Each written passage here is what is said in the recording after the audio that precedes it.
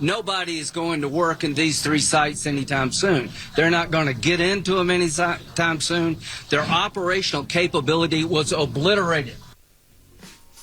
Yeah, so this comes as the White House says President Trump has ended Iran's nuclear threat once and for all. Press Secretary Caroline Leavitt said Iran was weeks away from developing a nuclear program before Trump ordered their sites to be, again, quote, obliterated, continue to use that word, by U.S. bombers. She slammed U.S. media reports about the effectiveness of the strikes on Iran's nuclear capabilities, or nuclear facilities, excuse me. Let's take a listen to those comments from White House Press Secretary Caroline Leavitt. The Iranian regime was weeks away from being able to produce a nuclear weapon that would threaten the entire world before President Trump took this decisive action on Saturday night to obliterate their nuclear capabilities. Despite agenda-driven leaks by the fake news media aimed at undermining this incredible accomplishment achieved by President Trump and our brave fighter pilots, there is broad consensus emerging already that Iran's nuclear capabilities were indeed destroyed. So, of course, her comments come while questions swirl about the effectiveness of the strikes. The White House has been playing defense, trying to debunk a leaked intel report saying Iran's nuclear program has been delayed but not destroyed. Leavitt was pivoting, saying the Trump administration now looks forward to peace and prosperity in the region. And Iran's Supreme Leader Ayatollah Ali Khamenei says the U.S. achieved, quote, nothing from its military strikes on his nation. Khamenei added during more than a 10-minute address, the American president exaggerated events in unusual ways, and it turned out that he needed this exaggeration. That's what he said. So this, of course, that marked the first public remarks since the U.S. bombed 3 Iranian nuclear sites on Saturday, and the Ayatollah declared victory in the conflict. He also pushed back on President Trump's claims that the strikes were a spectacular military success and warned against any further attacks. So that goes to show, you know, where we are in terms of whether or not we're dealing with obviously the ceasefire is holding right now, but it's not all as sweet as things claim to be. I think Iranian leaders. We got to use some common sense with some of this too, right? Like the Iran Supreme Leader might be trying to save face, but you know, if you drop 30,000-pound, you know, bunker busting bombs on a facility, something happened. Yeah. You can't sit here and say that nothing happened and it wasn't effective. Like they said, you're not going to work tomorrow. It's not one of the things. Exactly. Yeah, nah. Like I was reading what Rafael Grossi said. He's the International Atomic Energy Agency director, and he said, I think annihilated is too much, but it suffered enormous damage. And Iran's foreign ministry spokesperson, he also said that our nuclear installations have been badly damaged. That's for sure. Once again, you drop 30,000-pound bunkers on something happened. You can't sit here and say that nothing happened. It wasn't effective. They did nothing. Like, come on. Right. Well, we'll continue to watch the situation, monitor the situation, and see what develops out of that. Now, we will take it to 7 a.m. We will talk about how President Trump is threatening lawsuits against both CNN and the New York Times over reports regarding these U.S. airstrikes. So you guys stick around for that at 7. All right. Everybody else, get it off your chest. 800-585-1051. If you need to vent, phone lines are wide open. Again, 800-585-1051. It's The Breakfast Club. Good morning. The Breakfast Club. This is your time to get it off your chest, whether you're mad or blessed. I hate the way that you walk, the way that you talk. I hate the way that you dress. Everything with me is blessed. Call up now. 800-585-1051. Not just me. I'm what the culture feeling. Hello, who's this? Hey, good morning. This is James calling from North Carolina. James, what's up? Get it off your chest. Yeah, man, I wanted to put it out there. Anybody out there that be stealing from other people, you gonna mess around and get yourself hurt or worse, man. I mean, we're all out here struggling, so there's no need for that taking from other people. A lady in my neighborhood earlier this week, somebody stole her wallet out of her car. She had 2 young boys, man, and she worked. They went rummaging through my car, but I don't keep anything of value in my car. But if I could catch these people, and you know what's so funny? What's so funny is that you be stealing from people who just trying to make it just like you are. So it's like, yeah, I know that's what's messed up, man. Why are you stealing from other people? Yeah, I will say this though, and it's very sad. But if you look at it, and I'm not saying it's okay, a lot of these times these kids, 16, 17 years old, They'll steal a car or steal the items out of a car, and let's say they steal a car. Somebody will pay them $5,000-$7,000 for that car. And for them, it's easy money because if they get locked up, they come right out. There's no bail, there's no nothing. And until they change that, that's the only way you're going to start changing these kids' mind frames, because it's really no penalty. Think about it. You steal a car, they pay you $7,000. If you get caught, you come right home in a couple hours. But that's what my man said. You know, there's going to be consequences. By the way, that's North Carolina. North Carolina is different. North Carolina ain't got no bail law like New Jersey. I think everywhere pretty much got no bail laws. Let me make sure. I don't think so. I know New York, New Jersey, LA. There's mad town. Like pretty much everybody got no bail laws in them now. Well, all I can say, if I catch these people, man, it's gonna be something. It's gonna be me and them, mostly me. Yes, sir. Yeah, North Carolina does not have a no bail law. Oh. New York, New Jersey does. Like there's no. Yes, sir. Have a good day, brother. There's no blanket policy eliminating bail for all crimes in North Carolina. Yeah, New York, New Jersey. From North Carolina. Yeah, that's what he said. North Carolina. North Carolina, yeah. Okay. Like New York, New Jersey, there's. I mean, you come out immediately, which is very sad. Yeah. Hello, who's this? Hey, Bobby. Hey, Bobby. What's up? What up, Get off Bobby? your chest, Bobby. I was holding on the other day, and then y'all hung up on me. Oh, this King of All Blacks? Yeah, why y'all do that? Man, I told them not to keep you on hold like that, man. We got some employees that need to be deported, to be totally honest with you. Oh my God. I'm being honest with you. What up, brother? Get off your chest. Hey, I'm curious with Charlamagne. I'm curious, what's the odds of Diddy getting out, like acquitted of everything? I honestly have no idea, my brother. You know, I'm just like everybody else. You know, speculating, playing YouTube lawyer. I really honestly have no idea. If you ask me, I think the best case scenario for him is a hung jury. Other than that, I mean, I can see them getting him on the prostitution charges. But then it's the feds, bro. Like the feds got a 95% conviction rate. Yes. Who knows what's gonna happen? Yeah. I really don't know. Like, you know, I have no idea. And then when they showed that their hand was kind of weak, it kind of gave them hope. But I think I agree with you, man. At the end of the day, I think they might get him on something. I think Diddy walks. I don't think he gets time served. I think Diddy walks. I don't think he. Bro, it's the feds. I don't think that We've seen people beat the feds before. Irv Gotti beat the feds. Name another one. They got a 95% conviction rate. Hey. 95. Hey. Listen, here's the thing. I don't think that even when you say they charges were weak, I don't think that they're weak. They just streamlined them. That's all. And then how you gonna tell? Imagine me telling you not to consider something you already heard. You know what I'm saying? Yeah, but when you said that, the problem with that is they can't consider it. Like, you know what I'm saying? I know what you mean. It's but in their mind. Like, but you still think about it. Even though you're not supposed to consider it, but when you're deliberating, that's still something that you seen or that you heard. That's right. Yeah, you talking about when they seen the freak off tapes? No. The telling them not to consider the arson or the kidnapping. Oh, okay. How many YouTube personalities, if he gets acquitted, is going to say, I knew he's going to get acquitted? The same people that said that he was going to go to jail. All of them. I mean, listen, I honestly don't know what's going to happen, King of All Blacks. I have no idea. Well, we'll definitely see in the next couple of days, I'm sure. And I'm sure Loren will be breaking it down in a little bit. Get it off your chest. 800-585-1051. If you need to vent, hit us up now. It's The Breakfast Club. Good morning. The Breakfast Club. Wake up, wake up. Wake your ass. This is your time to get it off your chest. Whether you're mad or blessed, we want to hear from you on The Breakfast Club.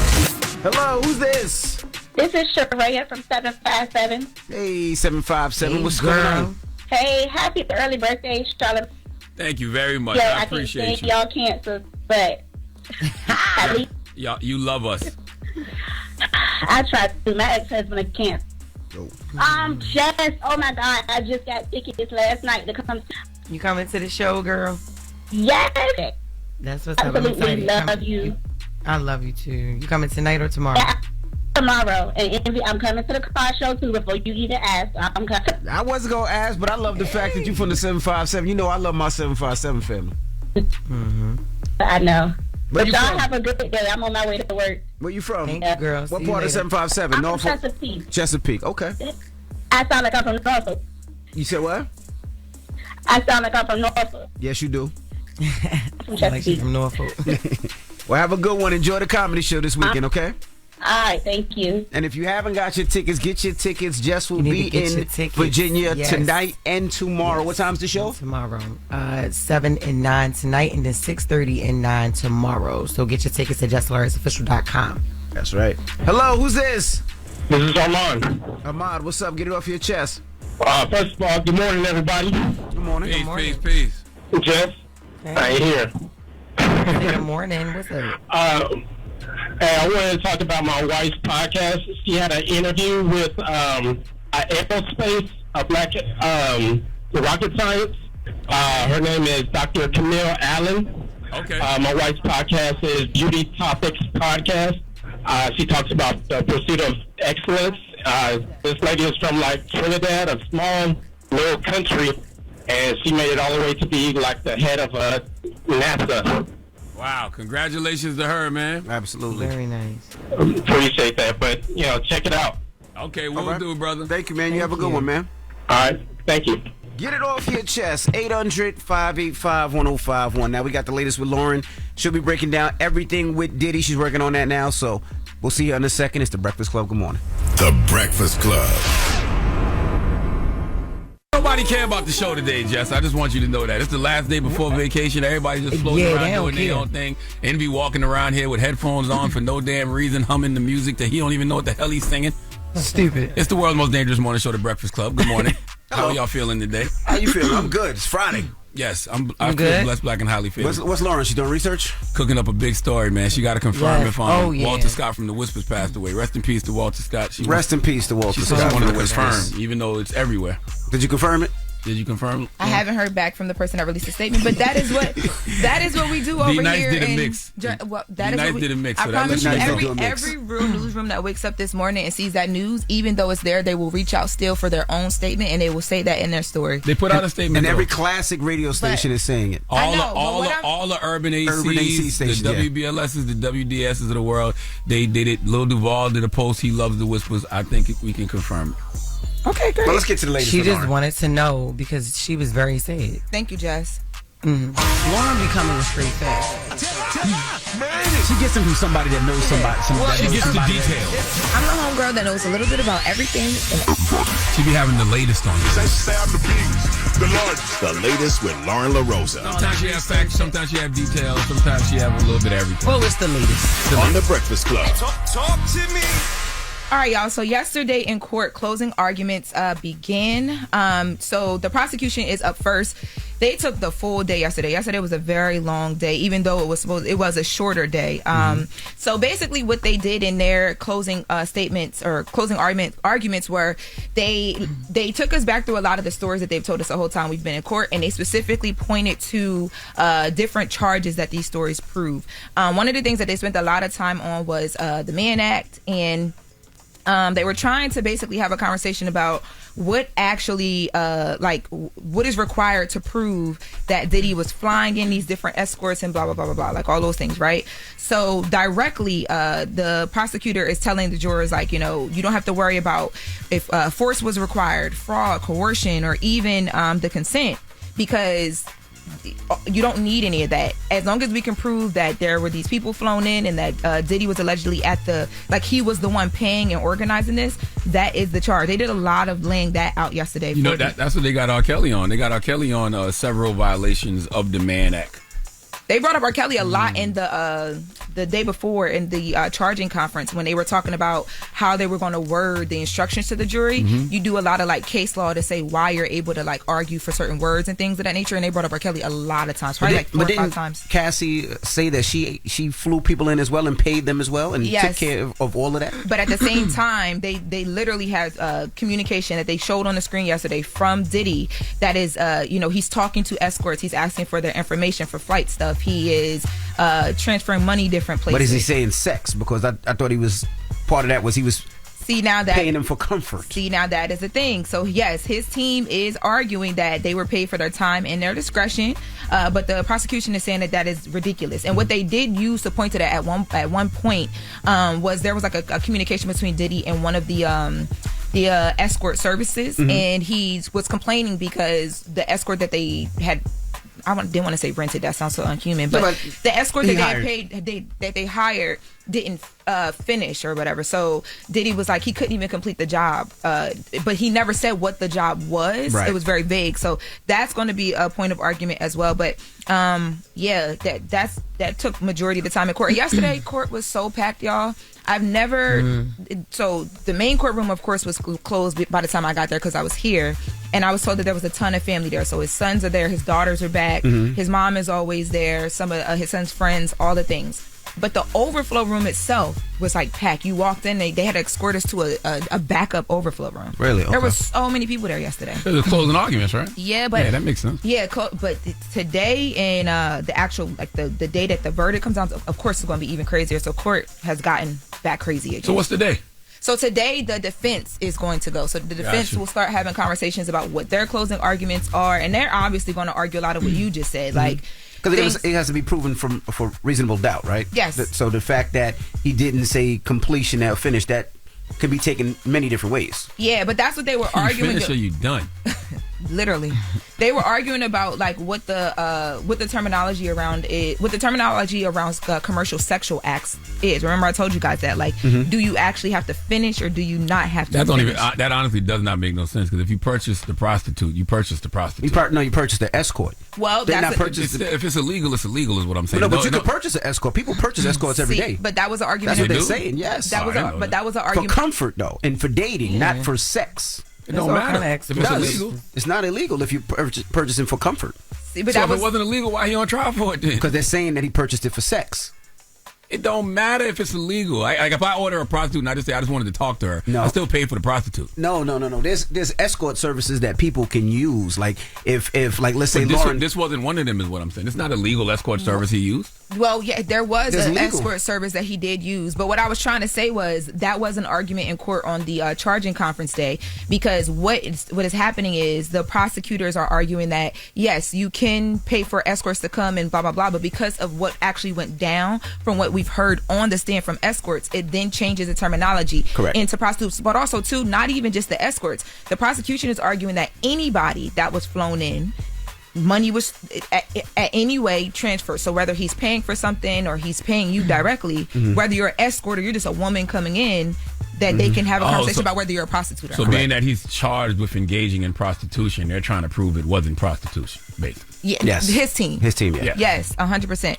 Now, and I will say too, they also were arguing yesterday in court, not arguing, but they were having a conversation with the jury yesterday in court, that it only takes one instance. Like they only need to prove one time that Diddy allegedly paid for these male escorts to travel in for the sexual encounters in order to convict him. So their whole thing yesterday with the prosecutors was we've been more than clear on our case, and here's all the reasons why, the text messages, everything that they broke down. And the crazy part about this too is, right, if Diddy did pay a prostitute or pay somebody for sex, right? Yeah.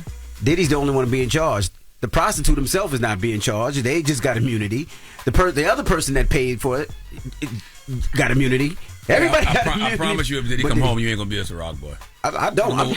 But you got to base it off of everything. Everybody should be charged for this. But even everybody should be charged with. But even with the RICO, right? Because remember we were arguing about like how they're going to figure that out. If they are going to be able to figure that out, what the prosecution is doing now is they're bringing it like.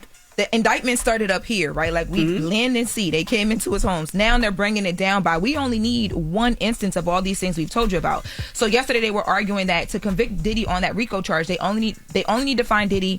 Diddy agreed that he or another member of his organization would commit at least 2 criminal acts under that charge. So, and they've talked about several different times where even if you didn't go into the crime with him, you watched things allegedly happen, went down, so now that makes you part of the crime. Yeah, you're right there. So but that's my point. Diddy's the only one that's charged. The prostitutes are not charged. None of the other people that paid are charged. Nobody else is charged but Diddy.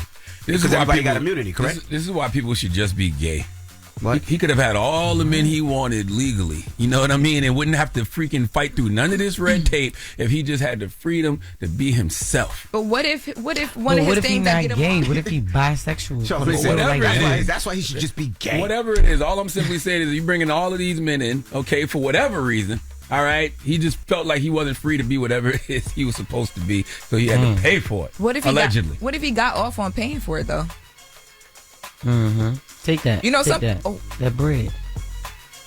You could be a sugar daddy for another man, you know. Yeah, but same way you can trick on a woman, you can trick on a man. But I don't even think it's the gay or bi. I think he wanted a professional pounder to pound out his girl. Shut up, man. See, you know what I'm saying? But that's what it is. Like talking because you ain't even serious about none of this, and that's why I don't even like having the conversation. No, with he you. is dead serious. This man said a professional pounder. He in here trying to have all of this legal jargon with Loren, and he just playing. And I know he just waiting for me to start playing too. But and that's why he keep going. Now he's wanting to professional. In the next hour, he wanted a professional pounder, like somebody professional to pound his girl. That's what he said. Envy. That's crazy. You used to be a Ciroc boy. Now you sitting up here talking about professional pounder. Professional pounder. In the next hour. Oh, why he can't get a professional pounder? Because he's getting a professional pounder. I'm trying to be serious and say I just want him to be who he really is, if that's who he really is. Okay, and that's gay. But then if he come home, he's going to certainly be on the floaty with Carlos King at the New York City Pride. So. With all the other professional pounders, there's a lot of professional pounders in the Pride Parade, Jess. Okay? Yes. The Pride Parade is going to be full of professional pounders. Oh, my God. A professional pounder float would be crazy. Yes, and it would be that's a float full of top. And guess who putting the bid in to be DJ? Not Up me. here all happy. Nope. DJ Envy. I hate y'all, man. And that's the latest with Loren. What you going to say something I was else? going to say in the next hour, Christian dropped new music talking about people turning on them, and I think he was coming at you. They ain't coming at me. It's a hot album or just a single? It's a full little project with not little. It's a Not full right now, project with Christian. Kanye. Christian, not right now. Charlamagne, Yes, don't ever Kanye. cut her off when she Not talk right about now. Christian Not dropping right, music. Not right Tell now, her, Christian. Not Lord. right now. Not at a time like this. He talking about people like Envy that be switching up. Not at a I'm not time like switching up. I'm just this. telling you my opinion. I was He never smart. he always come out with music at the wrong The time. wrong time. You the one told him to search the other house. You got your daddy into this. Oh, my goodness. All right. When we come back, we got the front page news. And then Idris, Elba, and John Cena will be joining us. It's the Breakfast Club. Good morning. You're checking out The Breakfast Club. Rocket Mortgage is lowering down payments to 1% for eligible home buyers with One Plus. You heard that right. 1% down on a home with One Plus from Rocket Mortgage. Learn more today at 800-4ROCKET or rocket.com. Rocket Mortgage, LLC, licensed in 50 states, NMLS, consumeraccess.org. Hashtag 3030. Morning, everybody. It's DJ Envy, Jess Hilarious, Charlamagne the Guy. We are the Breakfast Club on this Friday. And let's get back to some front page news. What up, Morgan?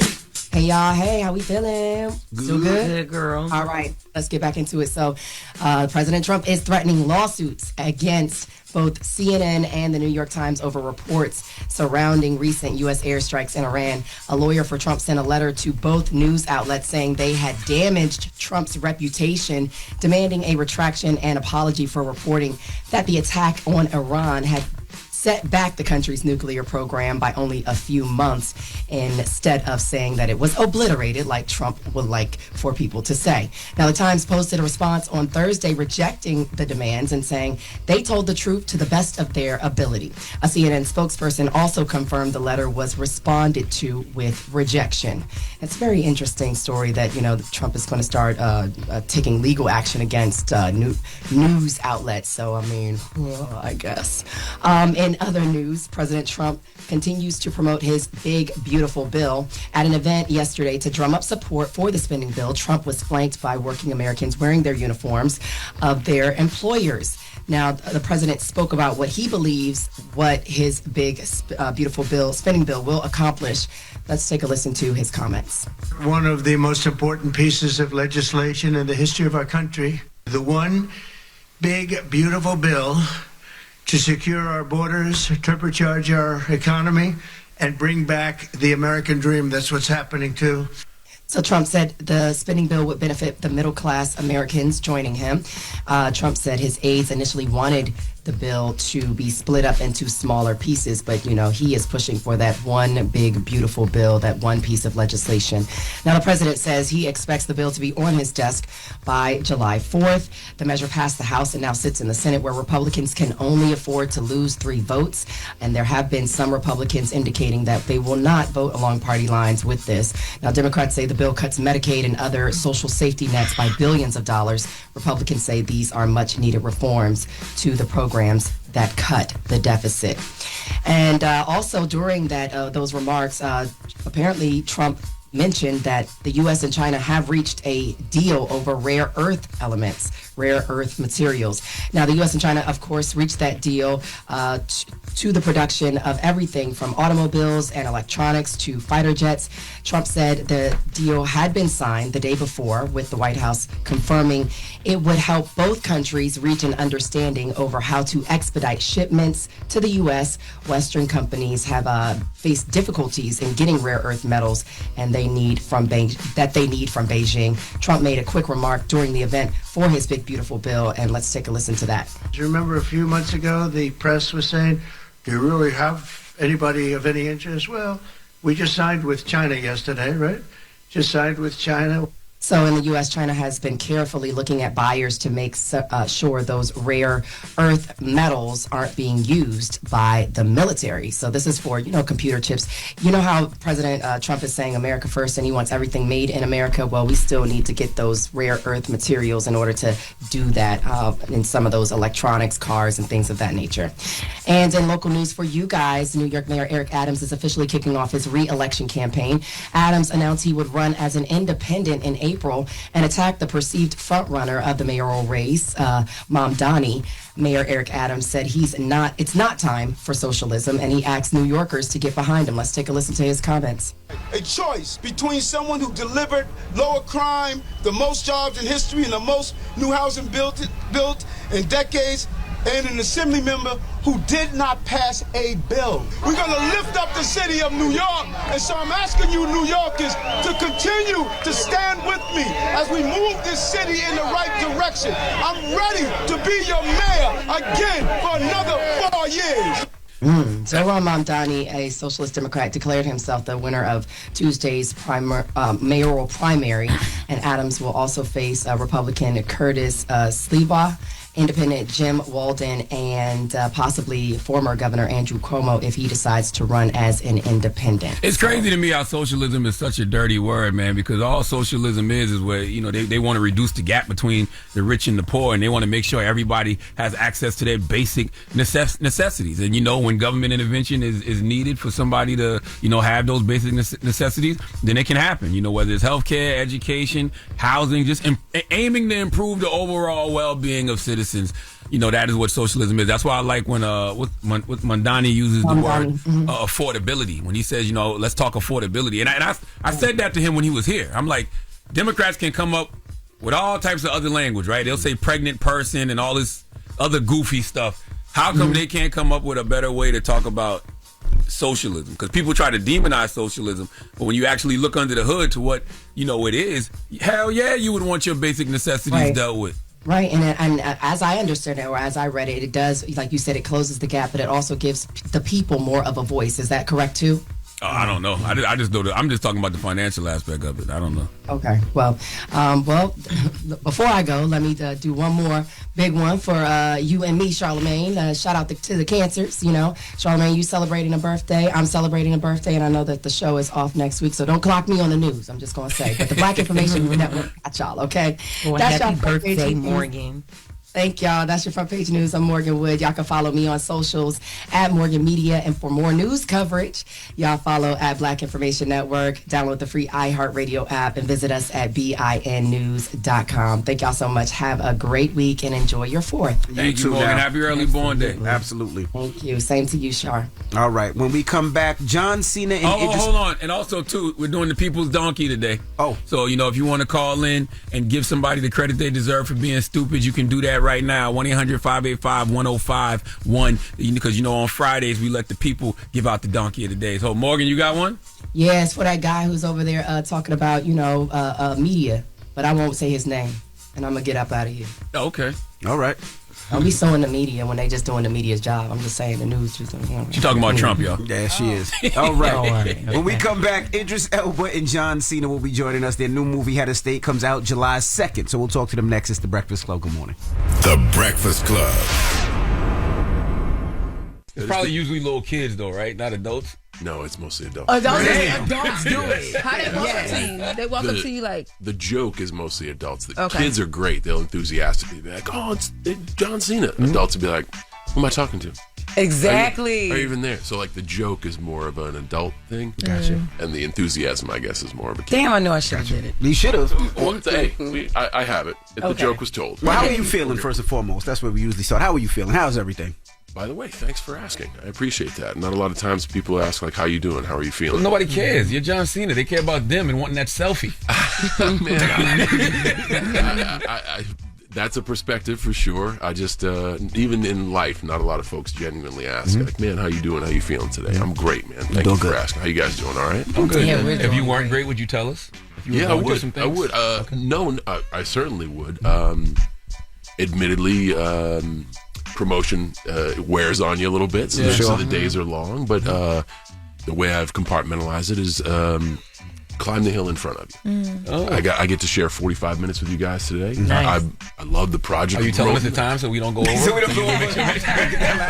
Honestly, if we're having a good time, we'll be here for as long as we have. But somebody will eventually drag me out of here. But no, besides being a little exhausted, I'm good. Life is good for me. Nice. One thing I noticed about you when I shook your hand is your hands are big as shit. Oh my God, so damn. I mean, I can't do much about that. Gotta have what I have. Yeah, I had 2 catcher's mitts. Yeah. The little guys always say that to you, like, your hands are so big. It don't got nothing to do with being little. He got real, like, thick hands. I noticed it too. It is a meaty hand. Yeah, they're a meaty pair of mitts. But when you slap the ish out of people, it's you need those meaty hands. But it's not like they're not like a nice long like a piano player hand. So that I don't have that. It's just a bunch of sausages stapled to a pancake. Yeah. A bunch of sausages, yes. I hit a pretty decent growth spurt like around 13, 14. And that's when everything started to like grow, and I guess I grew into my bone structure. So right around that. Did you start having fun with him around that time too? No, I was having fun with them far before that. Okay, gotcha. Yeah, so eventually I'm like, what is wrong with you? Is my penis getting smaller? No, my hands are getting bigger. That's the thing. All right, great. Excellent. Now, this is your first time here, so I want to start off. What got you into wrestling for people that don't know? What got you there? Professionally, an accident. From as a fan standpoint, I was a young person growing up in the national broadcast of wrestling when WWF first launched this wrestling is now a national and global phenomenon. So like the Hulk Hogan, Andre the Giant era. I was a little kid in that time, so I got swept up in the mania and the madness. Got you. And then as a adolescent, you're like, oh, okay, well, that's a nice thing to be a fan of, but how the hell are you going to do that for an occupation? Right. So it found me by accident shortly after I graduated college. Oh, it is. Nice. And on that note. Oh, we care about you, John. That's my time. How are you? Yes. Is it just Elba walks in? What's up? I'll see you again. Yes. It is interesting though, John, because I've of course seen you as a wrestler and I've seen interviews before, but this feels like the Little John Dave Chappelle skit. When you sit down with Little John and you expect him to be like, he's everything going? eloquent. Wait, did you just mess talking about penis size and hand size? No, I didn't talk about that. No surprise. We were talking about masturbation, actually. Yes, Really? yes. I am not surprised. Just missed that, but I'm not surprised. I wasn't. They expected you to come in here like, and you look like you're running from Congress, like basically right now. Yeah, so I guess we only have our judgments of what we're accustomed to seeing, and I've been fortunate enough to be in people's living rooms every single week, 52 weeks a year for 25 years. Wow. And usually I'm in front of an audience revving them up for a fight or getting my ass kicked. So I get that. I understand why they would think I would. And you've built a brand around like hustle and loyalty and respect, but has that ever come at the cost of like vulnerability? Could you talk more about that? Like, do people like how do you define emotional strength? Like, do people expect you to be like I guess emotionally intelligent or sensitive, or just show your vulnerable side? Or do you always have to be in like the John Cena tough guy? Well, I've worked very hard to try and use my storytelling through WWE. I've had a 25-year arc as the same character. So if you essentially go out and play the same stuff all the time, people get tired.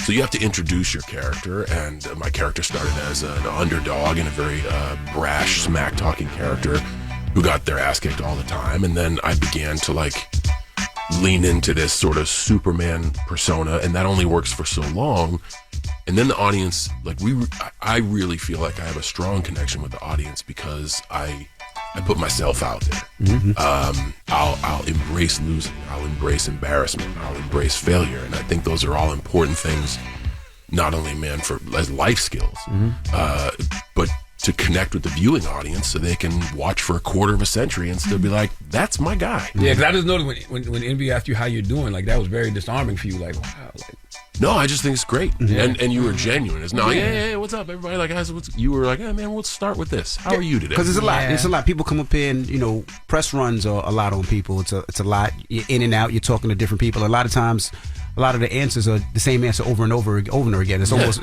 things. So we just like the things out the box. And how are you doing, Idris? Yeah. Thank you for asking, man. It's really good to be here, see everyone again. It's been a while. brother.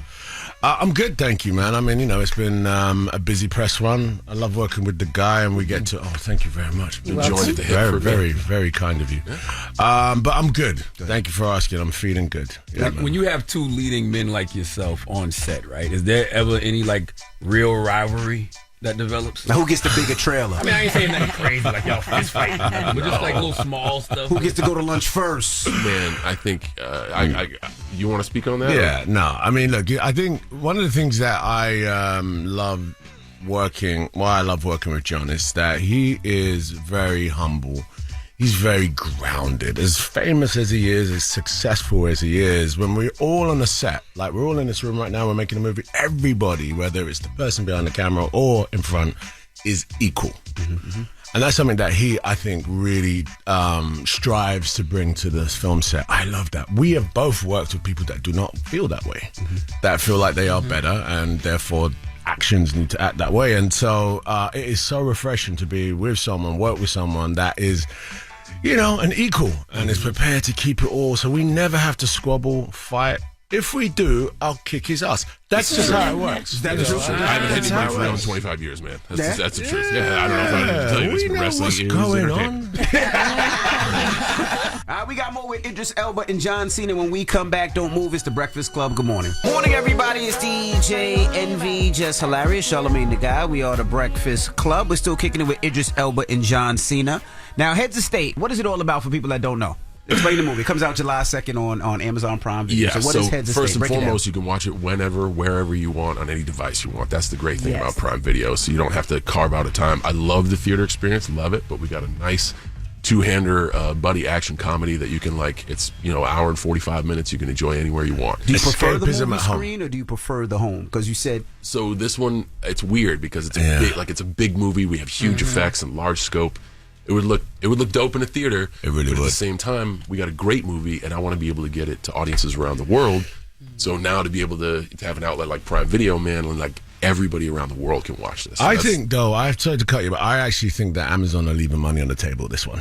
Ooh, I think I like that honesty. Yeah, no, I do. Tell me more. It's a big scale movie. It's an absolute marvel of filmmaking, and it deserves to be seen in that forum. I think personally, and it's built under the construct of those buddy action comedy movies that we used to go to the theaters and see. Exactly. Yeah, I can't debate you on that. I agree, but I mean, you got to play the hand you're dealt where we're at, and I'm grateful to Prime Video for giving us a platform. They wrote the check to have us do the movie, so we got a great movie, and I think it's a great feeling to be able to say, man, I want more out of this. It's that good. It feels that good. So I was going to ask Idris, what you saying that, did you feel that way from the minute you read the script or when you're making the movie? Because it feels different when you're shooting something in theater versus something that goes to streaming. I think it's the execution. When we was making the movie, the scale of the stunts, the style of it, it's reminiscent of those big theater productions. So during it, we knew that, this is a bigger movie than, your average, streamer movie. No disrespect to that, but there's just a certain way you make movies for the cinema, and this was made for the cinema. So why didn't they get there? Because I have a producer friend, and my producer friend said, nowadays you should just make the film, and you'll know where it should be after you make it. So why didn't they make it to theaters? Well, that's a question I think far above our pay grade. Yeah, to be fair. And I always operate under the construct of I'm not writing the check. The best I can do is give the picture the best I can do, and people.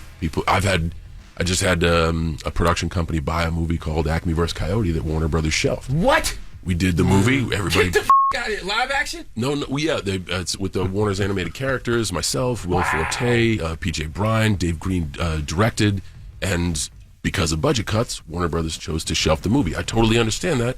It's their movie. They can do what they want with it. So the best you can do is, well, man, it happens.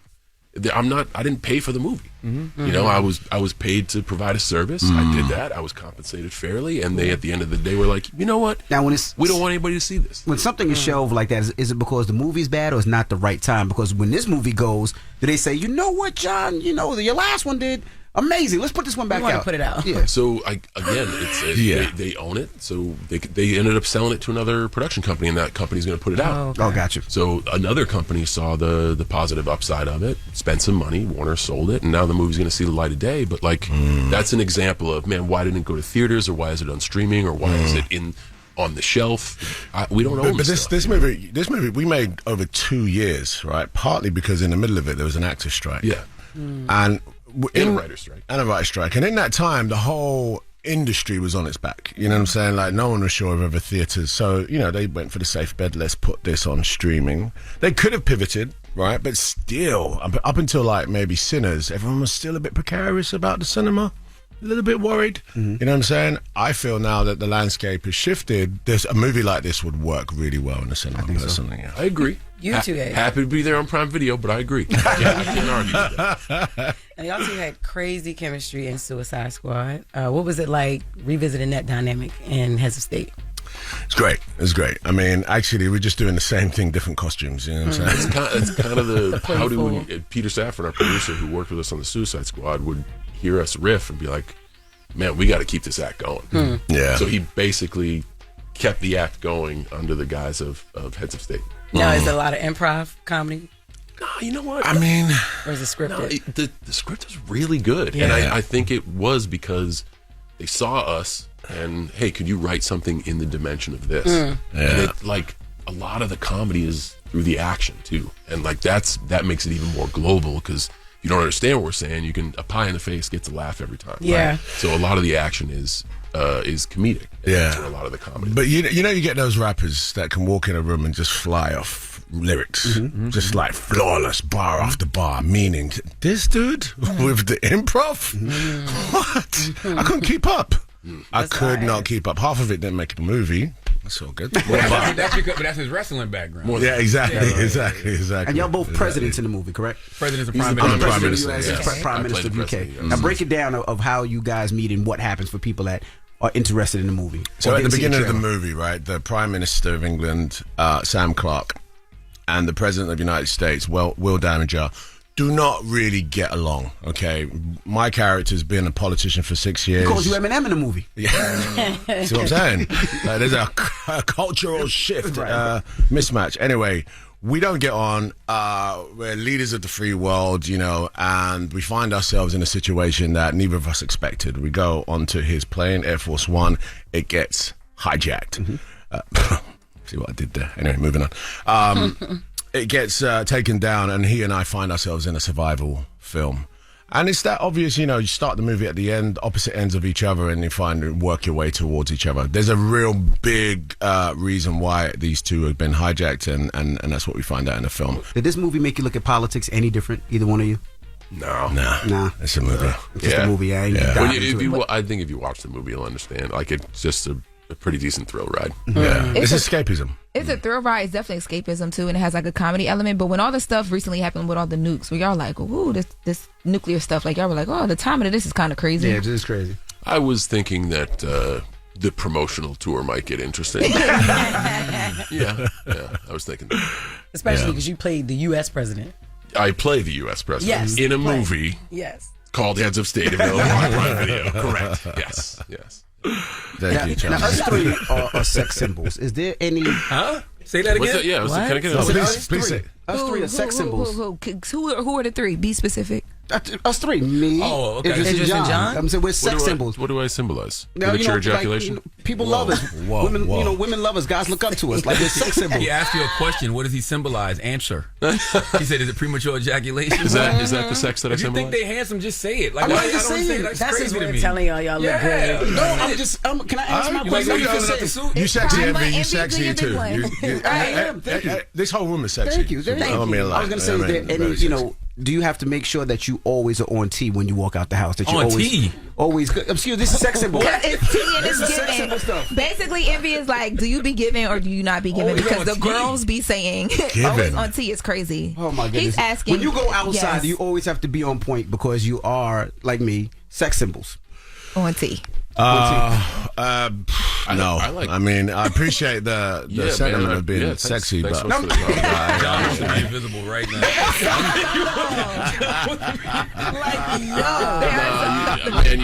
You kind of just get me. I'm sorry. It is what it is. I'm sorry. I'm sorry. no, I like to make sure my elbows and my ankles don't look ashy. That's about. You had like that's 5 what of the about- same shirts too. Was that your stylist that was with you? Yeah, because I sweat. You know what I'm saying? So sometimes I like to take that off and put the fresh one on. Not Very bad. observant. I like yeah, what you're 100%. doing. It's Yeah. nosy. It's not even.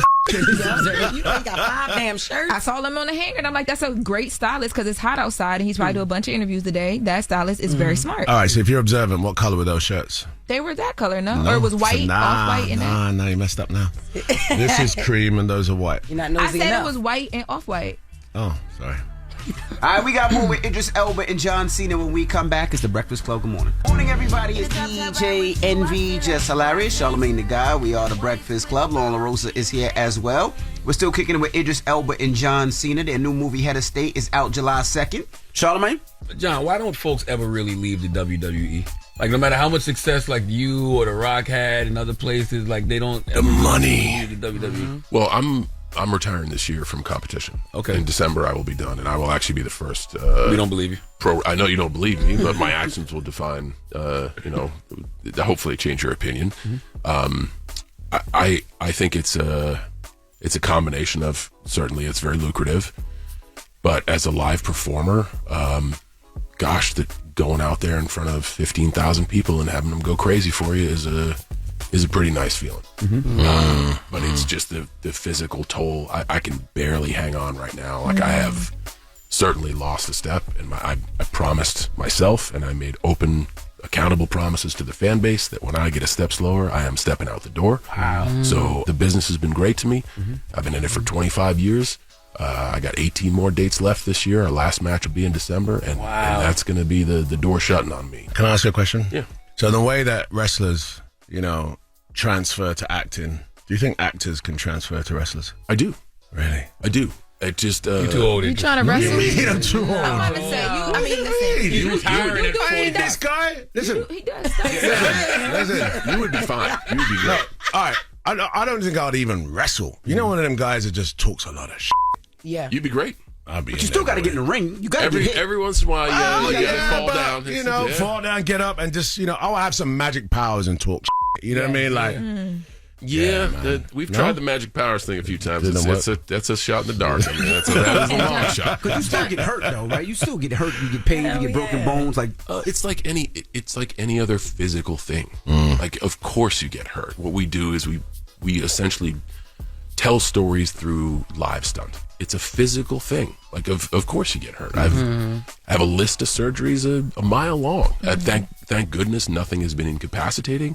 Another reason why I want to close the door. I'm good. I made it through. So, but it is a physical thing, and we perform a lot.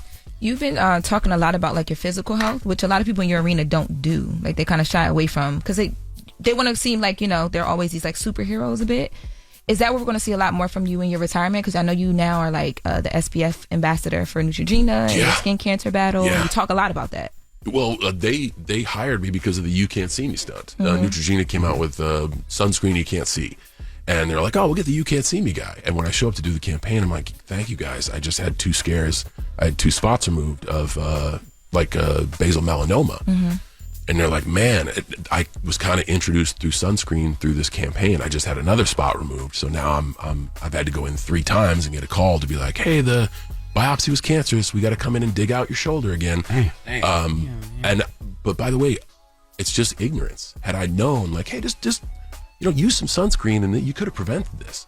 So if people listen to what I have to say, and I can just help somebody not get that phone call, that's a cool deal. And at the same time, you're being able to have a brand partnership that isn't just a cheap ham sell of like, hey, this product helped save my life.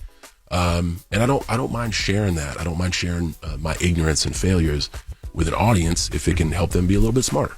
I love it. What do you do with fans? Because wrestling fans are some of the wildest, right? What do you do when fans cross that line? So I've also had the luxury of a lot of experience with that. And if you asked me that 10 years ago, my answer would be different. Starting out trying to gain a following, you want to give as much as you can. And then you get that following and you realize, well, in order to give, I've lost the ability to essentially have all the luxuries of anonymity. Lost privacy. Mm-hmm. That's a little frustrating. So I went through a period of thinking that work is different than my human life, and I'm a human here and I'm working here, and you need to leave me alone. And that is a perspective that wasn't successful. I am not perfect, because there are some days I wake up grumpy and there are some days I am short on patience. But if there's one thing I'm really trying to hit the throttle on, it is just have a second of empathy for everyone. And that is, there's a difference between like fans and memorabilia hounds, because memorabilia is, it's a business. But even those people that don't necessarily care about you or for you, your thing is going to help them financially. I used to look at that as a way of like, man, I'm just going to you're signing this and you're going to sell it.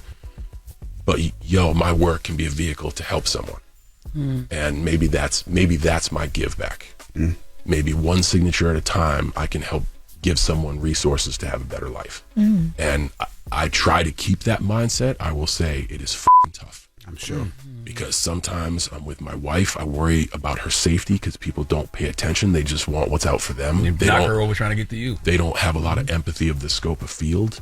I got followed by 3 or 4 people a few nights ago. And I'm in the car and I'm like, all right, I just told the driver to change lanes. 3 cars change lanes again. All right, pull over. The guys pull over, they come out. Dudes get out of a car. The 3rd car, the guy's staying in there. And I told my wife to stay in the car. And I'm like, guys, come here. Come on, get out of the car. And I said, what you're doing is wrong. You know that. And the driver of the car is like, yeah, I know. I said, okay, listen. You want autographs. I get it. You didn't get a chance to get it. Here's what I'm going to do. I'm going to sign your stuff. But please, you know what you're doing is wrong. Just get in your car and turn around. Because we're about to be in a position where I'm going to have to take a step that's going to put everybody under a microscope. Because if you stalk me, I got to involve the authorities. I don't know how that's going to go after that. Here's what you want. And normally I would just be pissed off. Just took a deep breath. Here's what you want. Is it okay if we come to agreement, lean in with kindness? You guys just bang a U-turn. Everybody's happy. And I got to tell you, I don't think that approach is going to work 100% of the time. But they all just banged a U-turn and left me on my way. When did you change? John Cena for president. That's what I'm saying. John Cena for president. No buffer between those people. You don't know what's going on in those cars. So I honestly just believe in the good in humanity. And I think instinct can tell you if a situation is one that you should avoid approach. I don't use security. I don't have like an entourage. I haven't. I believe that people are genuinely good. And I also believe that when things start to boil over, diplomacy can be good. And I've been in some pretty shaky situations, and I've also been in places where you got to get the f*** out. But here's the thing about having a small footprint. I can move and I can go fast. So if I need to get out, I'm only one person. I'm not 25 people. And sometimes it's true. The idea of 25 people is security, but it's also attention. It is. They just said F that when you just said no security and nothing. Nah. It just Idris been dealing with stalkers, like women be chasing you down, wanting to. No. It's different. It's different. What you say? Women be stalking him down. Women don't stalk me down, man. That's a fan. No, I didn't. What did he say? Don't worry about it. Say it again. I said women be wanting to stalk you and be wanting to suck. Wow. Nobody heard that from me? I did not hear that. You can't accent Accent is right, man. Not the phrase. Not the phrase. The sucking phrase is cool, but the accent, which was not Not that great. But Yeah, if I'm honest, it's all right. but you know, No, I don't have those issues, if I'm really honest. You know what I Never? mean? Not really, no. Stop. No. I mean, apart from the hounders, the guys that want the signatures and all of that, that's one thing. I have security just because I think it's safer. I agree. I don't have the temperament to do the diplomacy thing every time. And rather than do that, I'll just have Jamar just be like, not today, gents. And that's just easier for me. You know what I'm saying? I understand, like, John getting out of the car, in my temperament, that might end up in an altercation. Right. And usually people get threatened if you try to approach him. You know what I'm saying? So I don't really go for that. I understand why he does it. And it works. He's nimble as he gets in and gets out. But I prefer to go. Well, there you I have it. have a question. Idris Elba. Okay. I mean, What's your question? My question is, how comes I'm not on the wall? What's going on? Exactly. Like, where's the wire on the wall? Well, these Plenty are of wires. these This is are- the radio station. Oh my God. Come on, Charlamagne. Come on, Charlamagne. and people that actually been on the show that we interviewed. I've been on the show. Exactly. And what are you talking about? And he was talking about tea earlier. He just clocked yours. Heads of State, That's Prime right. Video, July 2nd. Idris, Elba, John Cena. Thank you so much for joining us and being so candid. We appreciate you, Man, brothers. this was, It's great this was being awesome. here. Thank you so much for giving us a wonderful environment on a sometimes repetitive schedule of promotion. This No is a doubt. good conversation. No. Thank you, Thank you so brother. much. Hey, yeah, It's great to see everyone. Thank you so much. It's Thank the you so Breakfast much. Club. Good morning. Now let's get to the latest with Loren. Lauren becoming a straight fact. She gets them from somebody that knows somebody. She gets the details. I'm the homegirl that knows a little bit about everything. She be having the latest on this. The latest with Lauren LoRosa. Sometimes she have facts, sometimes she have details, sometimes she have a little bit of everything. Well, it's the latest. On the Breakfast Club. Talk to me. So we mentioned previously, Christian Combs, Diddy's son, dropped new music produced by Kanye West. It is a project called Never Stop. We have a few songs off of the project. Let's take a listen to Diddy Free. I disagree with the title of the album. It's called Never Stop. You should know when to stop. Okay, and now is the time to stop. Your daddy is on trial fighting for his life, and you using that for marketing. Didn't he? He didn't learn from the last time when he did that freestyle talking about the I don't feds should have think he searched the did, other house. But that aside, the beat go crazy, but I could hear somebody else on it. Like, I don't know. This is the album art. Baby Boy rap, like, you know, like he not really confident yet. Baby Boy rap he like don't he really can't have rap. a commanding voice. Like, oh yeah, like this. Cause that beat you post, I could hear yeah on that. That's the beat you like go in, like you perform on. Yeah, I mean, you know what it is? He raps like somebody who grew up around rap his whole life and wanted to be in it, but he don't really got it. You know, Yeah, and he yeah. always just seems like he drops things at the wrong time, yeah. and now was the wrong time.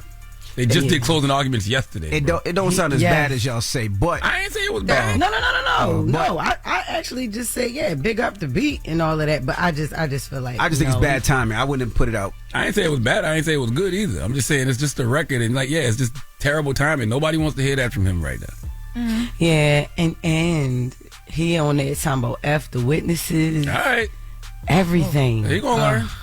He clearly didn't learn the last time. He literally he was taunting the feds. Yeah, and told the feds, y'all hit the wrong house. It's bad okay. time. I would have waited. I would have waited Okay. at least a week. I ain't gonna lie, I like that one. Man, fought on that record, man. I did no, don't fart on it. That's taking me. I don't want to fart. He's I using like that that one. His voice. self-expression, Charlamagne. I did like that Can't Stop, Won't Stop record. He had Kodak Black though back then. Oh yeah, yeah, that was a bop. yeah. That was a bop. was- I don't think it's that bad. I just think it's bad timing, right? You got these witnesses, you got everybody, and I get it because that's his pops. So he wants to defend his pops. For He wants to sure. go at all the people that he's probably seen at his, that his pops didn't help, and now they turned Man, their back on him. But I just think it's bad timing. Yeah. Not right now. Wait a week. Yeah, not when even this a is week. over, because when a week this it'll be over. in a Man, week. wait a year. Like, let your daddy Nah. figure out what's You going to said happen a with your week. pops. Yeah, Because it'll be over in a week. The court case will be over in a week. man, figure out what's going to happen with your pops and all That's that. what I'm It saying. just feels Yeah. weird to be using this as marketing. Because that's what he's doing. He's using this whole situation as marketing. Well, That's whack.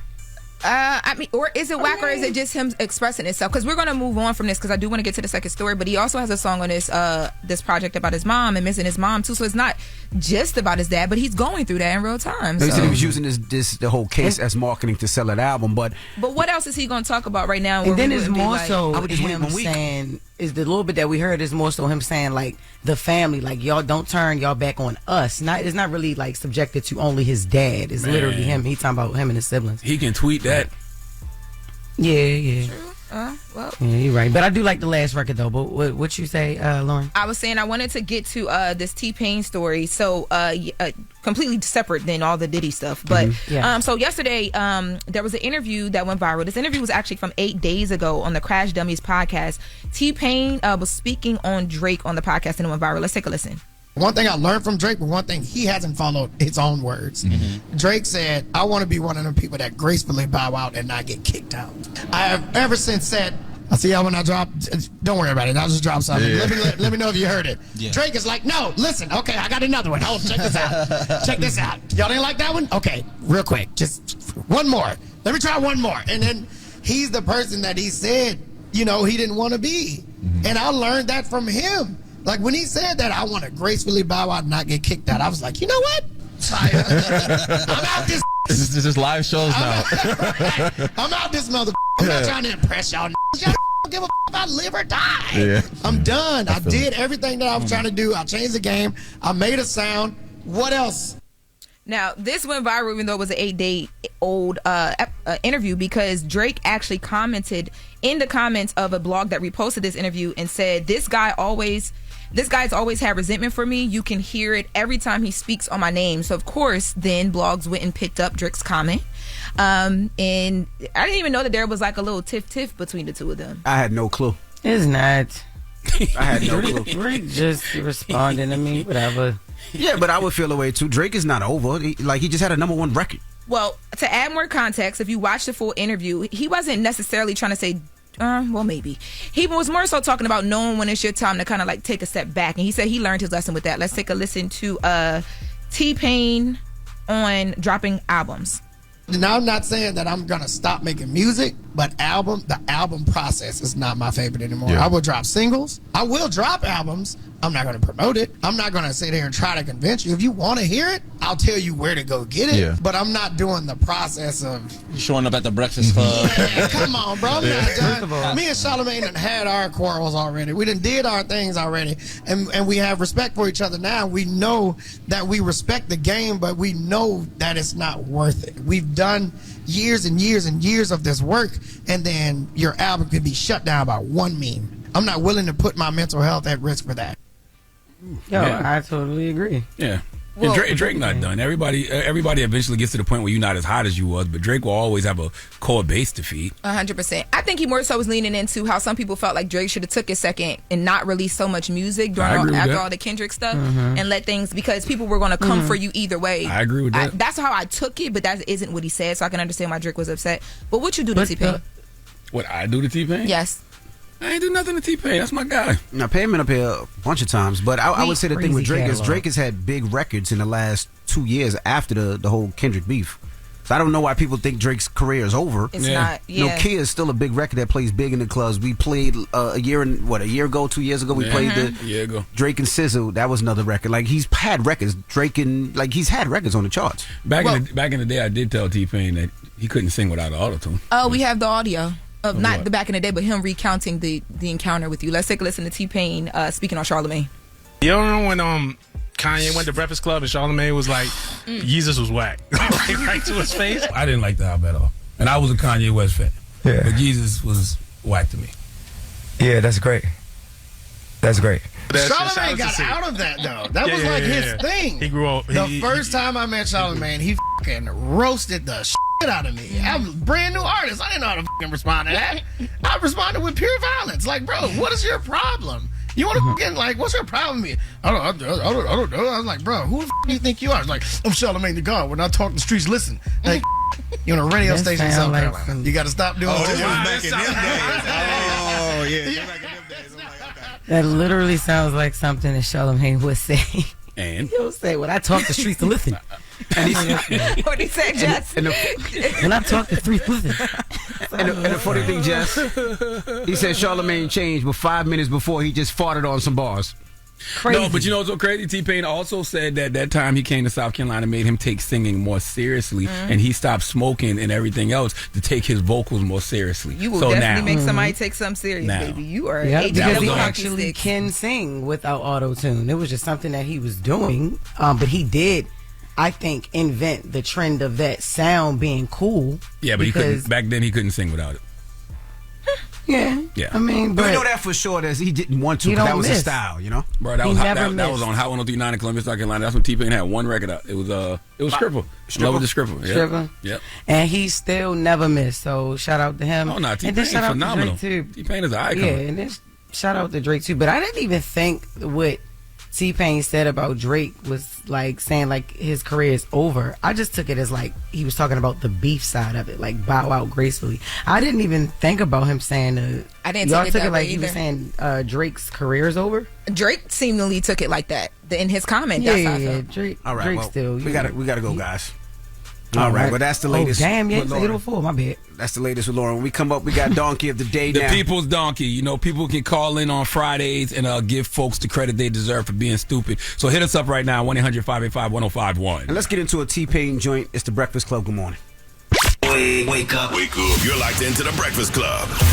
Rocket Mortgage is lowering down payments to 1% for eligible home buyers with One Plus. You heard that right. 1% down on a home with One Plus from Rocket Mortgage. Learn more today at 800-4ROCKET or rocket.com. Rocket Mortgage, LLC, licensed in 50 states, NMLS, consumeraccess.org. Hashtag 3030.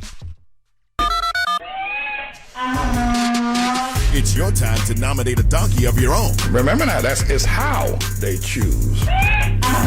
Call in now, 800-585-1051. Yes, Donkey of the Day for Friday, June 27th is the People's Donkey. On Fridays, we like to open up the phone lines and allow you, the listeners, to give people the credit they deserve for being stupid. So, good morning. Hey, good morning. Hey, Charlamagne. Peace. Who this? Oh, this is Kiki. I got a donkey. Talk to me, for Kiki. patients. Okay. I work in a clinic. If you put your appointment at 10 o'clock, don't come at 1 o'clock. It's not Burger King having your way. You have an appointment for a reason. Yeah, that's disrespectful. If your appointment at 10 and you 4 hours late, I don't even know how you can expect to be seen. Yeah, that's too much. Exactly. And don't come early, don't come late. Come on time. 15 minutes max. You work at the clinic, so people that be coming in there for gonorrhea and chlamydia and all that stuff like that? I work all types of clinic. Urology, OBGYN. I work everything.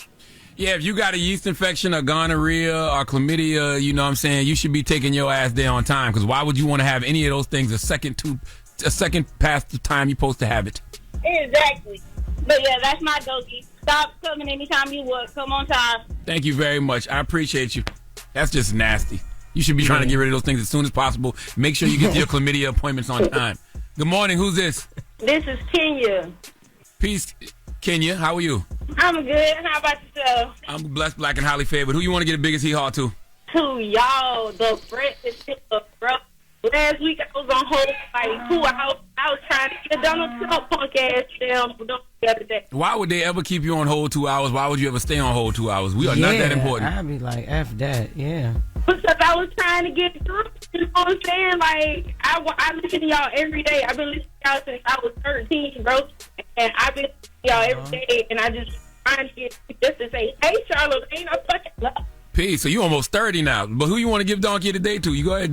Don't waste your time. To y'all. Oh, I thought you was going. Oh, okay. Well, thank you. Last week you said Trump, and now you want to give it to us just because we had you on hold for so long. You did me wrong. Yeah, but no. I know that's right. I'm out of there. No cap. Good morning. Who's this? This is D'Angelo from Rockford, Illinois. D'Angelo, who you want to get the biggest hee-haw to? I want to get it.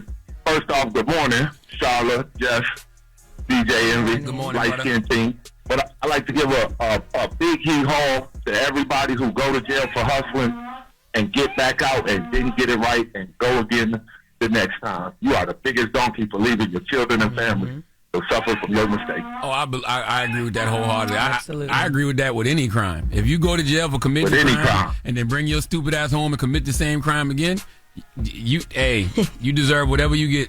Double the hee-haw on their ass, you hear me? Yes, sir. Thank you for calling, brother. Good morning. Who's this? Yo. What's happening? I want to give a donkey of the day to Keyshawn Davis, man. Went from one of my favorite fighters to real donkey. What happened with Keyshawn? Remember, when he missed weight and then him and his brother jumped somebody. He went to the fight. Yeah. Jumped the dude that just beat his brother. Yeah. And now they talking about kicking him. Yeah, I forgot about that. Damn, that seemed like so long ago. That was So, just man, coming you my boy. I knew you was gonna give him Ducky of the Day one of these days, but you didn't. I was gone. I was in France when all of that happened, and when I got back, I forgot about it when I got back. I didn't remember till you said something just now. Yeah, and I want to get with you on the my daughter. She's going to St. John's next year. She's gonna start. Oh wow! Congratulations, man. Basketball. Better than Caitlin Clark. Really? She's only 19 years old. What's her name? I'm gonna look her up. What's her name? Her name. Look her up. She's the best JUCO player in basketball. Her name, Beautiful Wahid. Beautiful Wahid. Guess what race she is? Hold on, Beautiful Wahid. Black. I see it. Beautiful Wahid. Okay, sophomore guard. Signed with St. John. I'm gonna check her out right now. She played number 3. Yeah. Okay. Yeah. She nice. She'll be leaving. We live in Milwaukee, by the way, and she'll be leaving next week. She averaged 17 points, 7 rebounds, 3 assists a game. Okay. Yeah, nice. Hey, I relate to y'all very man. well. That's why I listen to the show every day, because I'm married with kids, and I do all the things y'all do, so I just relate, man. Hey, thank you, man, and I really respect you, man. I respect what you're doing with your daughter, man, and that's a very powerful name. I hope y'all got that trademarked and everything. Oh, we working. Okay. We working, but I'm all the way in Milwaukee. I'm gonna need y'all. All right. If she go out there and do what she's supposed to do at St. John's, we will be up here telling the world about it. Believe me. Be Beautiful Wahid. You can't forget the name. Mm-hmm. Man, I love you, dog. Love you too, King. Appreciate you, man. Listen, that is the People's Donkey. We do that every Friday. You can call up and give somebody the credit they deserve for being stupid, all right? Now, when we come back, Jeffrey Katzenberg and Hari Ravichandran will be here. Now, if you ever heard the name Jeffrey Katzenberg, you know he served as the chairman of Walt Disney Studios from 84 to 94. Some of your favorite animated films, from Aladdin to Beauty and the Beast to The Lion King. He had his hand in all of that. Then he left Disney and went and started DreamWorks with Steven Spielberg and David Geffen. He did that until 2016, and then he sold that. And now he is the CEO and founder of Aura, and Aura is a technology company dedicated to simplifying digital security for consumers and giving parents a way to stay on top of their kids and what they're consuming on these social media platforms without being too invasive. So we're going to be talking to Jeffrey Katzenberg and Hari Ravichandran when we come back on the world's most dangerous morning show, The Breakfast Club. The Breakfast Club. Over busy with all the school activities, etc., and then summer came along, and we thought it should feel a lot better because it was no real activities, but she went the other way. Really went sort of downhill and to like a scary point. So we had to get her some clinical help. And so until that point, we never looked at her phone or like any of her devices because we were very, very sort of privacy sensitive. And I remember we dropped her off. This is about 2 years ago. Came back home. They wouldn't let her keep telephones inside this facility. So that's the first time I actually looked at her phone. And when I did, I was stunned. I just, I was like, wow, like there's so much going on with this kid that we had no idea. So you guys have teenagers. Yes. Yeah. Yes, we do. You do. And I know that. And when you were growing up, your parents would be sitting across from you at a dinner table. And they actually knew where you were, who you were with, and what you were doing. And with that, they were able to shepherd you. Today, your kids, your teenagers are sitting across the table from you on this device, and you cannot answer those questions. And, the analogy I like to make about this, because it just feels like an easy one to relate to, which is that when your kids are they're of age to be able to drive, what do? You get a learner's permit. You take them out to a Walmart parking lot where they can't do any damage. Right. And you start to teach them. Right. And they then get a permit that allows them to drive only with an adult, only during the day. And over the course of a 2-year, 3-year period of time, they get to a place where they're safe. And so the online world is 100x more dangerous, believe it or not, than driving in a car.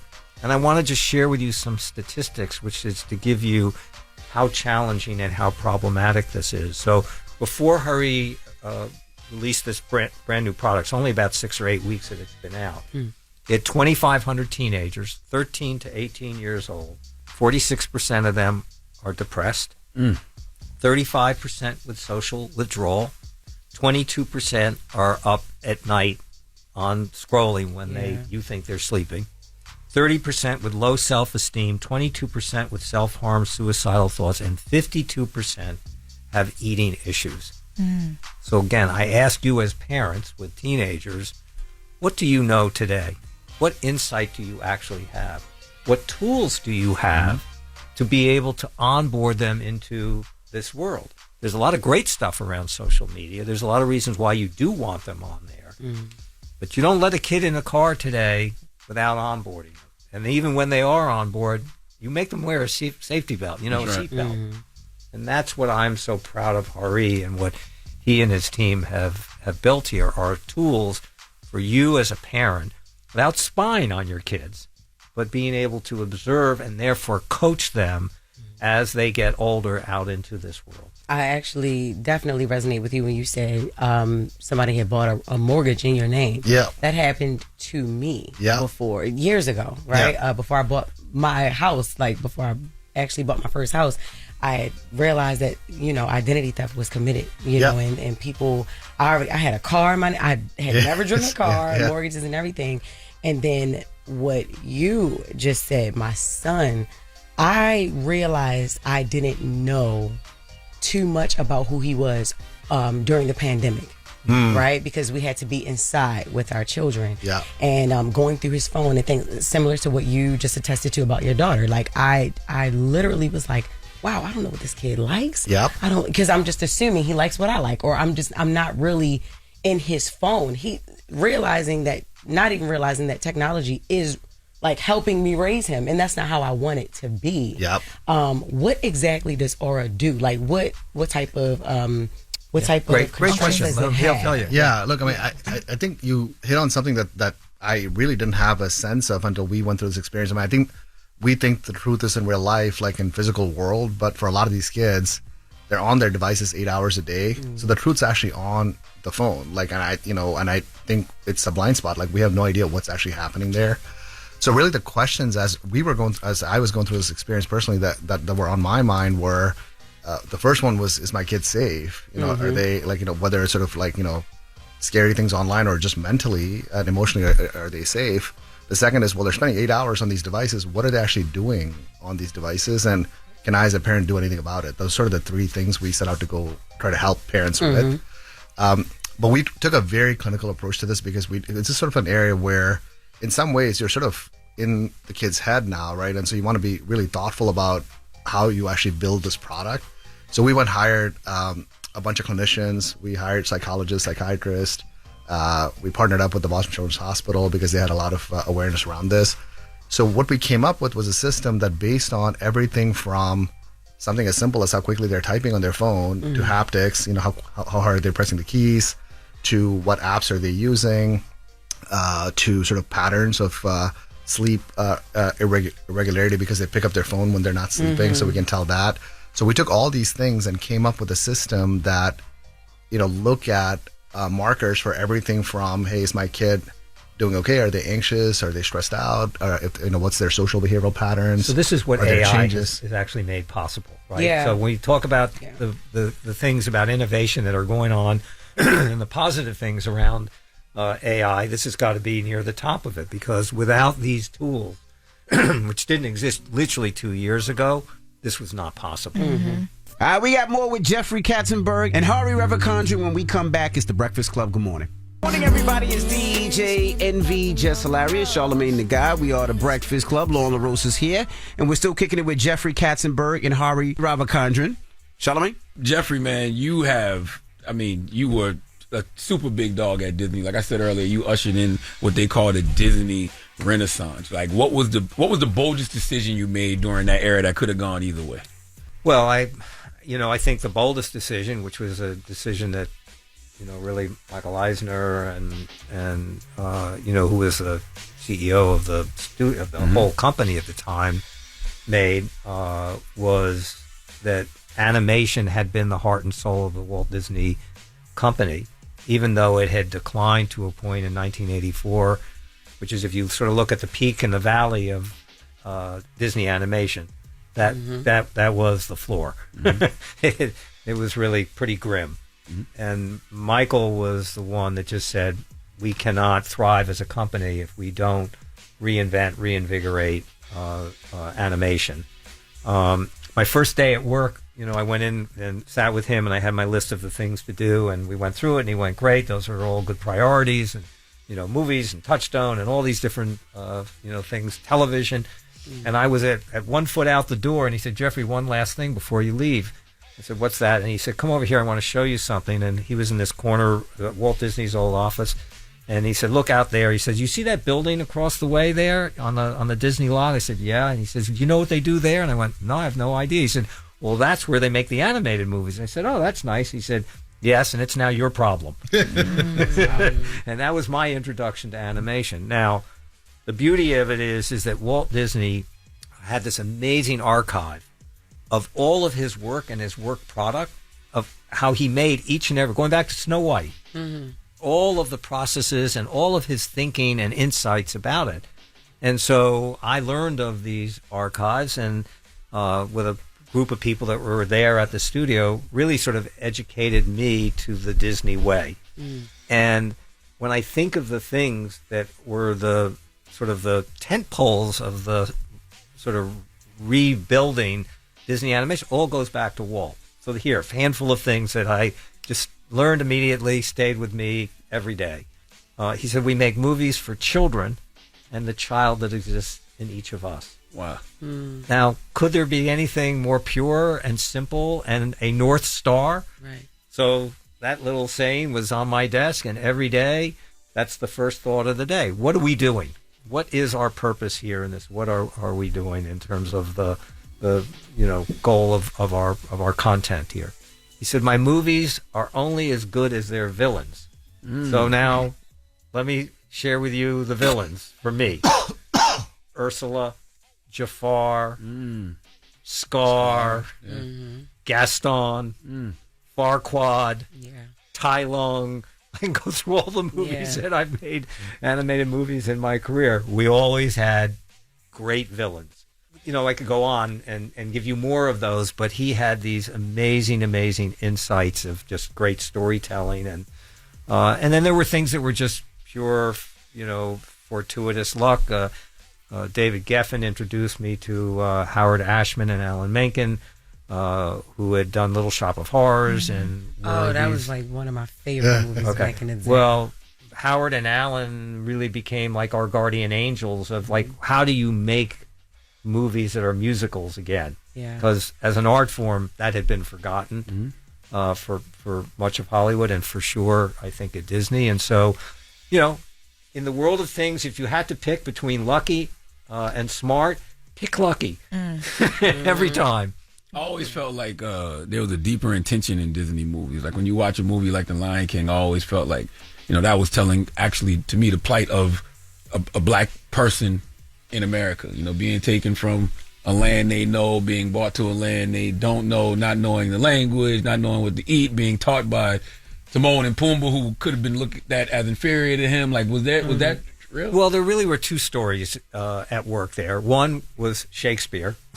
It's called Hamlet.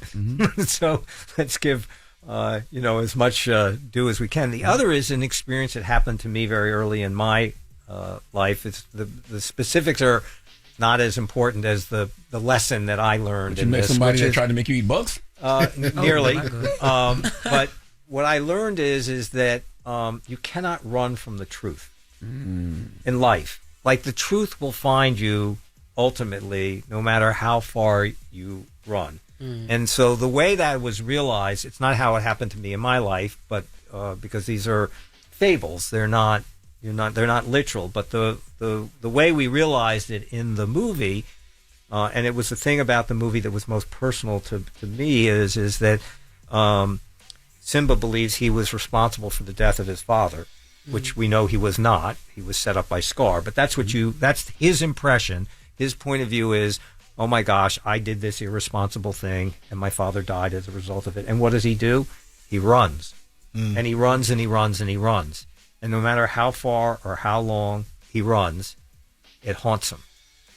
He cannot escape that truth. And the only thing that frees him is when he returns home and faces his truth, which is his family and his, Nala helps him, sort of come back and face his truth. And so Walt Disney always, again, said that,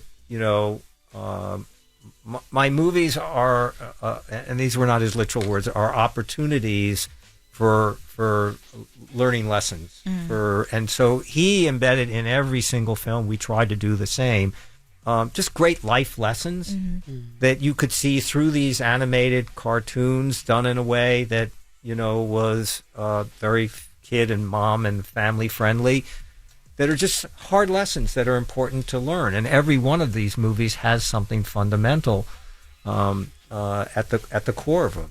There is a message. It is with intent that he would do it. Sam Goldwyn had this great saying in the live action movies, which is, if you want to deliver a message, call Western Union. Now, I know today nobody listening to this show actually has any clue what Western Union is. Yeah, right, I do. I know I do. Yep. All the friends I had in jail. And I was on the other side. I was sending people money in jail. That's what I was doing. Oh, yeah, because he said friends. Yes. Oh. Hey, man, tell them how can they, I guess download Aura or like what is it? Yep, just www.aura.com, AURA. Thank you guys for joining us. We have Pastor Arce up next. It's The Breakfast Club. Good morning. The Breakfast Club. Good morning, everybody. It's DJ Envy, Jess Hilarious, Charlamagne the Guy. We are The Breakfast Club. It's time for Pastor Arce.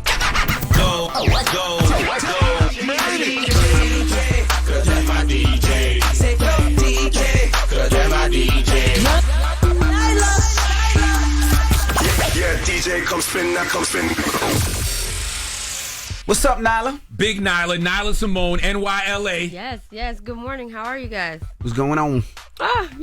Another Friday, a lot of new music out. What we got? I'm going to start with this Big X the Plug and Shabuzi record. It's like a country song. Big X the Plug and Shabuzi? I know, right? I'm already intrigued. Yes, let's get into it. Fire! That's hard. Fire! That's hard. That's hard. Yo, you are on 10 today. That's I love it. hard. That's dope. Big X the Plug and Shabuzi. That was hard. That was, right? I like that. That's dope. And I just love seeing black people reclaim country music. Like, I mean, we never let it go. That's why you should read Alice Randall's My Black Country, the past, present, and future of country music. Okay, fine. Well, black people's past, present, and future in country music. Great history lesson in that book. Okay, maybe we never let it go, but it's becoming more mainstream again. Country? For black people? Oh. What popular black person was doing country music before Renaissance? It's a bunch of them, but I just don't want to name. Yeah. I can't remember. Yeah, I can't remember. You mean Cowboy Carter, but yeah, it is a. Oh, yeah. It's quite a few. Okay.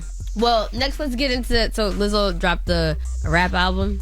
Have you guys seen it? No. Like the previews Lizzo? and the snippets? Yeah. No. She's been like doing like parties and rapping her verses leading up to it. Okay. I've been seeing the little things she's been doing online. Well, yes. Well, the full rap album is out.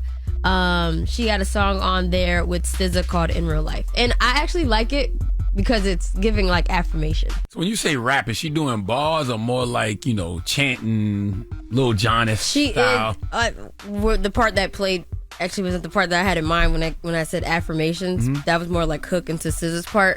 But yeah, she is rapping, like actually rapping. It didn't sound bad. Like I like to hear the whole record. Yeah, I like it. I don't like hearing clean records.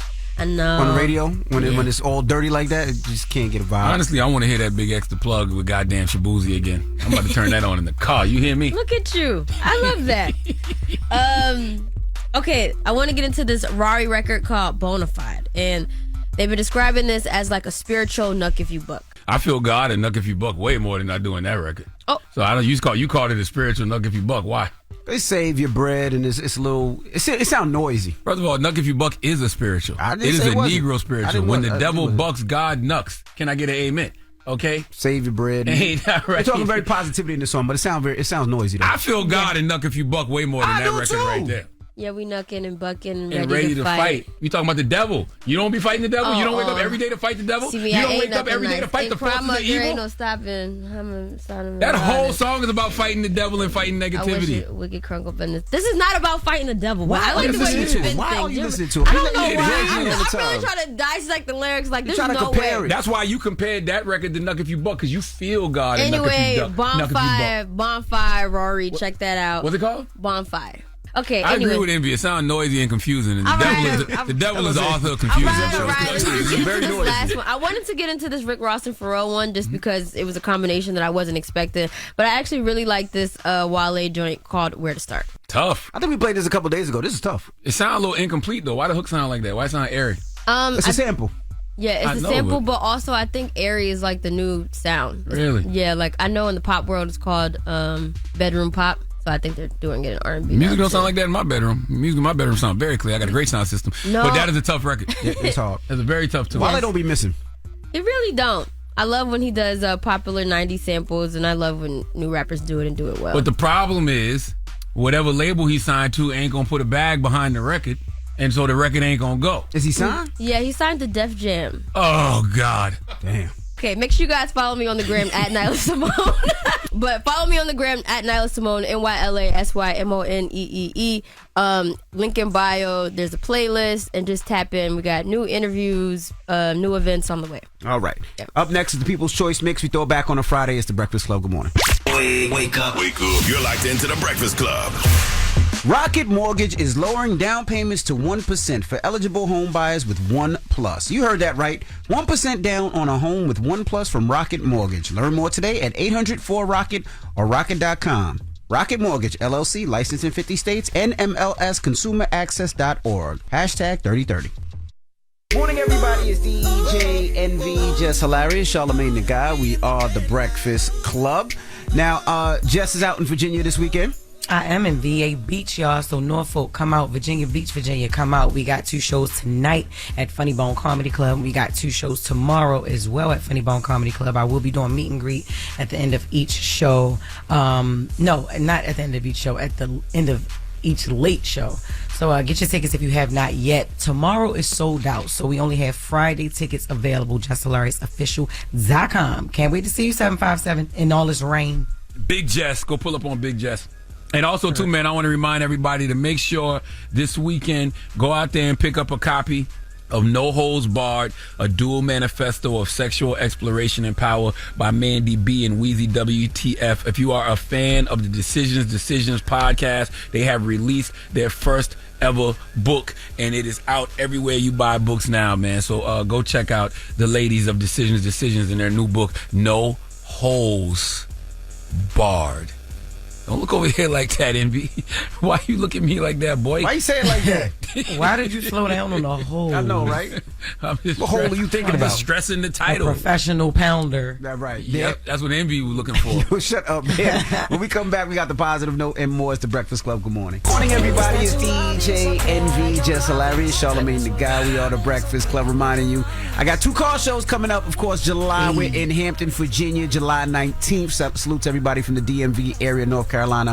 That is pulling up. And then in August, I do my birthday car show every year in New Jersey. So I can't wait to see you guys. And also, happy birthday to our very own Charlamagne and Red. It's their birthday this Sunday. They are celebrating. So happy birthday to these fellas up here. Yeah, salute to all the cancers out there. Season. Why did Envy say earlier he wanted a professional pounder? That's so crazy. I did not say I really wanted a did. professional pounder. I said Diddy wanted He a said, professional maybe pounder he for his wanted a girl. professional pounder for his girl. That's right. I wonder if, like, when Diddy was walking, because, you know, allegedly they said he would have the guys lined up and he'd be looking at penis sizes.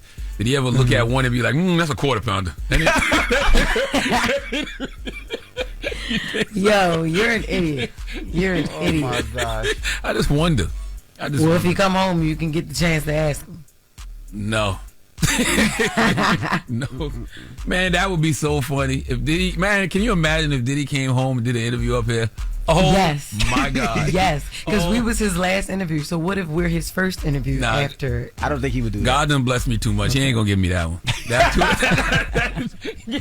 That would be too. What would be the first question? I ain't serious enough. I'm telling you right now, I ain't serious enough to have that I know you're conversation. not. Everybody would be so mad at me because I would not be serious in that one at all. There's nothing to be serious about. Okay, my God. Nah, I could do that. I could. Do my that. God. I'm definitely gonna do that here with you. My God. That would be a 3-hour conversation of No way, just it'd be straight 10 minutes jokes. Yo, that is because we would crazy. start laughing and it'd just be over. Oh my God. Listen, man, the positive note is this. Salute to all the cancers out there. It is cancer season. Everybody's celebrating their born day. I just want y'all to know that God gave us the gift of life, it is up to us to give ourselves the gift of living well. I repeat, God gave us the gift of life, but it is up to us to give ourselves the gift of living well. So let's go out there today and make sure we give ourselves the gift of living well, y'all. Have a great weekend and have a great week because we're going on vacation. Period. Mm-hmm. Breakfast Club, bitches! Y'all finished or y'all done?